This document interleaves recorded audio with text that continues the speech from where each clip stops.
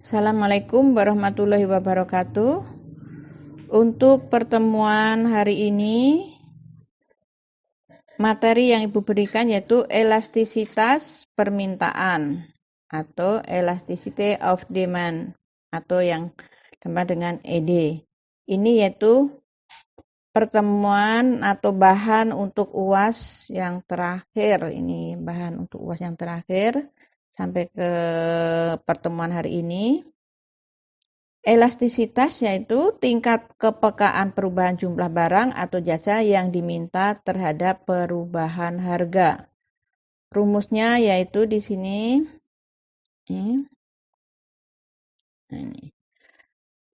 ED delta Q.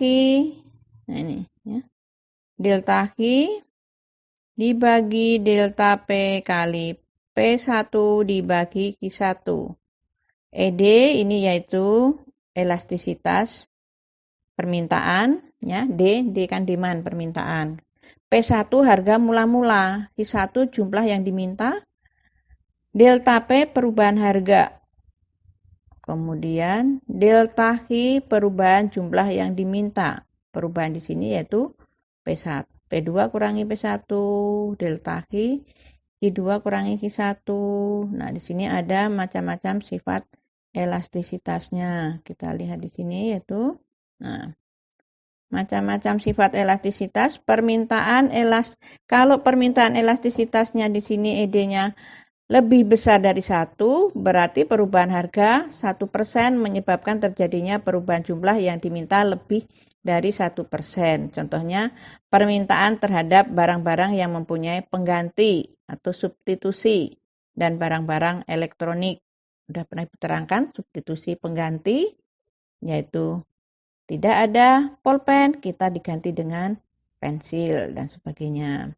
Kemudian yang kedua, permintaan elastis sempurna, yaitu ED sama dengan tidak terbatas. Berarti pada harga tetap besarnya permintaan tidak terhingga. Atau pada harga tertentu jumlah yang diminta konsumen mencapai tidak terhingga. Contohnya, ini permintaan terhadap BBM, bahan bakar minyak, ya, di sini. Di sini walaupun harganya tetap banyak permintaannya. Nah, ini. Kemudian kalau permintaan inelastis di sini, ya, sifat inelastis, ED lebih kecil dari 1, berarti di sini meskipun harga naik atau turun, masyarakat akan tetap membelinya. Permintaan terhadap barang-barang kebutuhan pokok dan barang-barang yang tidak punya pengganti. Contohnya apa itu? Yaitu beras. Walaupun di sini harganya naik, entah turun, tetap dibeli, ya. Tidak ada penggantinya. Kemudian permintaan inelastis sempurna. Kalau ED-nya sama dengan 0, berarti di sini berapapun perubahan harga tidak akan mempengaruhi jumlah barang yang diminta. Contohnya membeli garam dapur atau obat ketika sakit. Nah, di sini berapapun harganya mahal dibeli karena membutuhkan. Permintaan elastis satuan atau elastis uniter. ED sama dengan 1, berarti bahwa perubahan harga sebesar 1% menyebabkan perubahan jumlah barang yang diminta sebesar 1%. Adalah di sini yaitu sama, yaitu beras contohnya. Kemudian ada juga faktor yang mempengaruhi elastisitas permintaan. Ini. Faktor yang mempengaruhi elastisitas permintaan, ketersediaan barang substitusi, intensitas kebutuhan, pendapatan konsumen, kemudian tradisi. Nah, ada juga di sini elastisitas penawaran.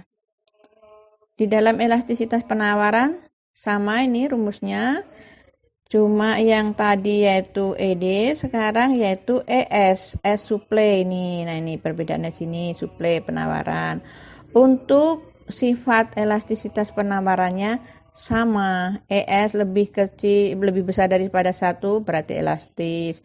Kalau elastis sempurna berarti ES tidak terbatas. Penawaran inelastis berarti S lebih kecil dari 1. Inelastis sempurna berarti S sama dengan 0. Ya, sama dengan 0. Kemudian penawaran elastis satuan. ES sama dengan 1. Nah, ini sama. Supaya lebih jelas, contoh soal elastisitas permintaan. Nah, ini. Data perubahan jumlah barang yang diminta. Harga dilambangkan dengan P. P1 800, P2 adalah 9000. Jumlah permintaan dilambangkan dengan Q1 2000, Q2 150. Nah, berdasarkan data di atas, carilah besarnya koefisien elastisitas permintaan. Pembahasannya diketahui tadi P1 800, P2 900, Q1 2000 unit, Q2 150. Nah, kita melihat rumus. Rumus di sini kan kita harus ED. Delta Q sama delta P di sini belum diketahui. Kita harus cari dulu. P1 sama Q1 sudah diketahui di sini. Nah, sekarang untuk mencari perubahan delta Q yaitu Q2 dikurangi Q1. Q2 150, Q1 2000 berarti min 50. Sedangkan untuk mencari delta P yaitu P2 dikurangi P1. P2 900, P1 800 yaitu 100. Kalau sudah kita masukkan ke dalam rumus elastisitas. Nah, di sini. Delta Q berapa di sini? Min 50. Nah, ini min 50. Delta P 100. Ya, dibagi 100. Dikali P1 berapa sini? 800. Q1 di sini 200. Nah, kemudian min 50 dibagi 100 yaitu min 0,5 dikali 800 dibagi 200 yaitu 4. Min 0,5 dikali 4 hasilnya min 2. Di dalam elastisitas, kalau hasilnya negatif yaitu diabaikan. Jadi hasilnya positif. Yaitu ED-nya sama dengan 0. Bagaimana sifat permintaannya? Ternyata ED lebih besar dari 1 karena hasilnya 2 yaitu sifatnya elastis. Nah, sifatnya itu elastis di sini. Nah, contoh kedua, nah ini diketahui harga pertama Rp500, harga kedua 600, kemudian kuantitas yang diminta dilambangkan dengan Q1 100, Q2 100. Dari tabel tersebut hitunglah elastisitas permintaan. Pembahasannya diketahuinya di sini yaitu P1 500, P2 600, Q1 100, Q2 100. Kemudian kita cari delta Q.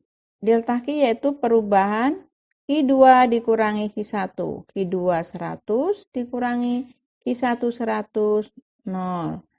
Kita mencari delta P, yaitu P2 dikurangi P1. P2 600 dikurangi P1 500, yaitu 100. Kemudian kita masukkan ke dalam rumus elastisitas permintaan. Delta Q tadi hasilnya 0, ini 0, kita masukkan ke sini. Dibagi delta P, yaitu 100, kita masukkan ke sini. Dikali P1. Nah, itu diketahui 500, Q1 100. 0 dibagi 100 hasilnya 0. Kemudian dikalikan 500 dibagi 100 hasilnya 5. Berapapun angkanya kalau dikalikan 0 hasilnya akan 0. 0 kali 5 hasilnya 0. Karena hasilnya 0, ini elastisitas permintaan 0, jadi sifat permintaannya yaitu inelastis sempurna. Karena ED atau elastisitas permintaan sama dengan 0. Nah, sampai di sini. Wassalamualaikum warahmatullahi wabarakatuh.